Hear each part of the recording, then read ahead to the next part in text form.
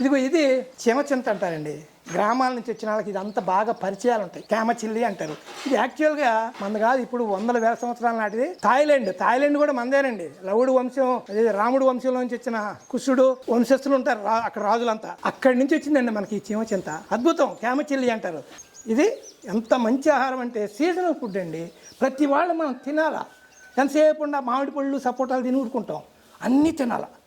Water Apple, rose Apple, ఆవకాడలు ఇవి అన్నీ తినాలి మీరు.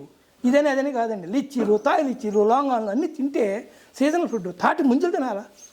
ఏ ఇవ్వకూడదు. అట్టాగే చీమచింతకాయలు మేము సంవత్సరానికి ఒకసారి సంచేసుకెళ్ళి కోసుకొచ్చుకునేవాడు చిన్నపిల్లలు అప్పుడు. చాలా మంచి ఆహారం అండి. చాలా ఇది భలే మంచి ప్రోటీన్. ఇది కేమచిల్లి అంటారు. మనకి థాయిలాండ్ నుంచి వచ్చిందంటారు.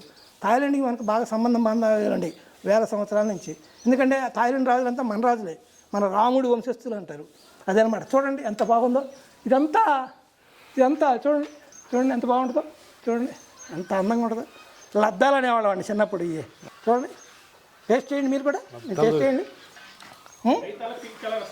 అవును, భయం. ఇది ఆకుపచ్చది. ఇంకా మీరు పండితే ఇది ఈ రంగు వస్తుందండి. ఈ రంగు వస్తుంది. ఇట్లా ఇచ్చుకుపోద్ది. ఇట్లా ఇచ్చుకుంటుంది. చూసారా, పగిలిపోయి లద్దాలు అనేవాళ్ళం చిన్నప్పుడు.